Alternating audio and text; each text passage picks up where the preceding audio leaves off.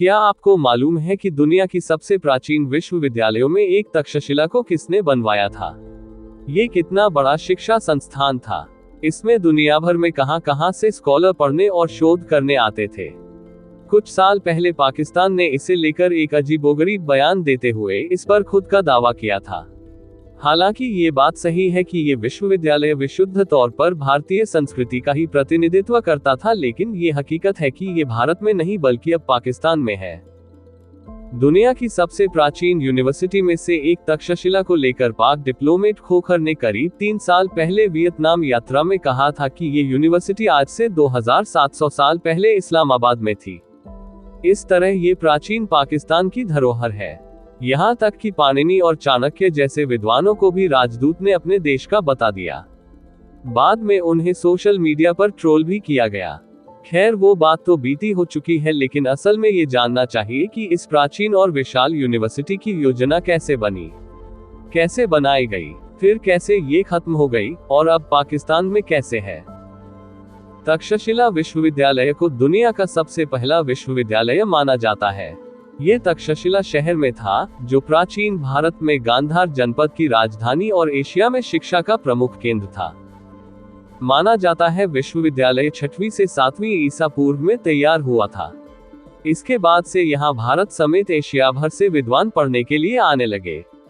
इनमें चीन, Syria, Greece और बेबीलोनिया भी शामिल है। फिलहाल ये पंजाब प्रांत के रावलपिंडी जिले की एक तहसील है और इस्लामाबाद से लगभग 35 किलोमीटर दूर है।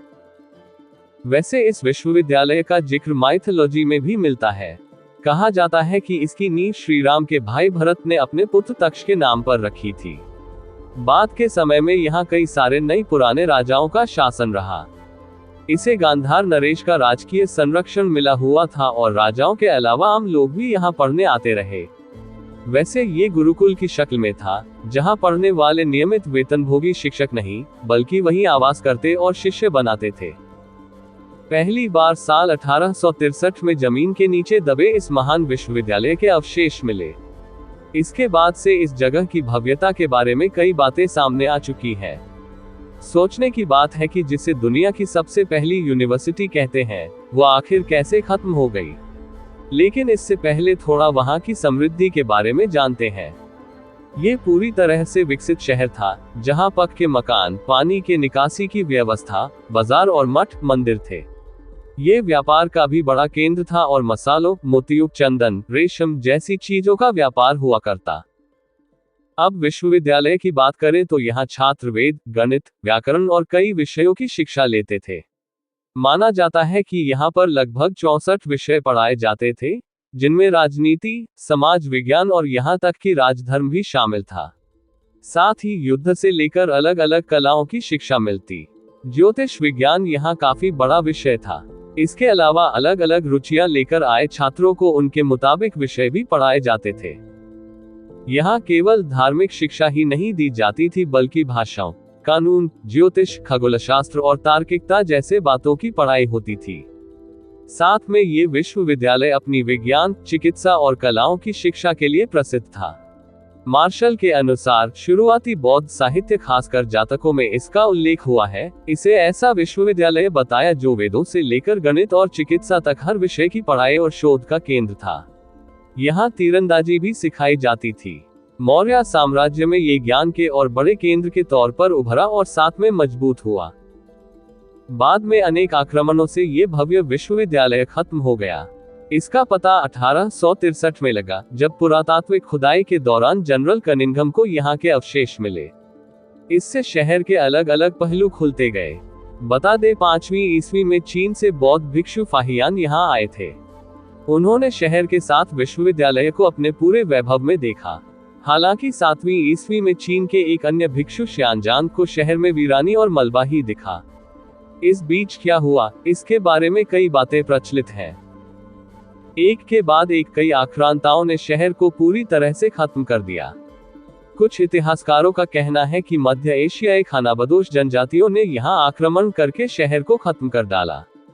इस कड़ी में शक और हून का जिक्र आता है। हालांकि बहुत से इतिहासकार कुछ और ही बताते हैं। उनके मुताबिक शक और हून ने भारत पर आक्रमण तो किया था, लेकिन उसे लूटा था, नष्ट नहीं किया था। उनके मुताबिक अरब आक्रांताओं ने ज्ञान के इस शहर को पूरी तरह से खत्म कर दिया ताकि इससे विद्वान न निकल सके। 6वीं सदी में यहाँ पर अरब और तुर्क के मुसलमानों ने आक्रमण करना शुरू किए और बड़ी संख्या में तबाही मची। आज भी यहाँ पर तोड़ी हुई मूर्तियों और बौद्ध प्रतिमाओं के अवशेष मिलते हैं।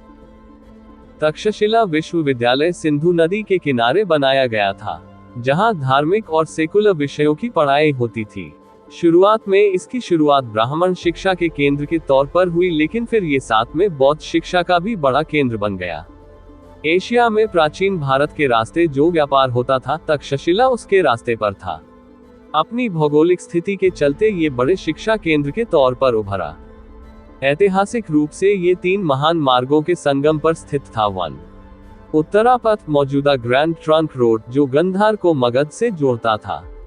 2. उत्तर पश्चिमी मार्ग, जो कापिश और पुष्कलावती आदि से होकर जाता था। 3. सिंधु नदी मार्ग, श्रीनगर, मानसेरा, हरिपुर घाटी से होते हुए उत्तर में रेशम मार्ग और दक्षिण में हिंद महासागर तक जाता था। ये स्थल 1980 से यूनेस्को की विश्व विरासत सूची में सम्मिलित है। वर्ष 2010 की एक रिपोर्ट में विश्व विरासत फंड ने इसे उन 12 स्थलों में शामिल किया जो अपूरणीय क्षति होने के कगार पर हैं। रिपोर्ट में इसके प्रमुख कारण अपर्याप्त प्रबंधन, विकास का दबाव, लूट, युद्ध और संघर्ष आदि बताए गए। पाकिस्तान में अब ये इसलिए है क्योंकि 1947 के बाद जिस जगह ये स्थित था, वो पूरा इलाका भौगोलिक तौर पर पाकिस्तान के पास चला गया। इसलिए अब ये वहाँ की मिल्कियत में शामिल हो गया है। हालांकि हमारे देश में ज्यादातर लोगों को ये लगता है कि तक्षशिला बिहार में ही कहीं है। तो दोस्तों, मैं उम्मीद करता हूँ आपको ये जानकारी पसंद आई होगी। अगर आपको कहानी पसंद आई तो मेरे चैनल को लाइक एंड सब्सक्राइब करें और अपना सपोर्ट दे। मेरे चैनल पर और भी इंटरेस्टिंग कहानियां और जानकारियां आपको मिलेंगी, तो सब्सक्राइब करें और कहानियां एंजॉय करें। जय श्री राम।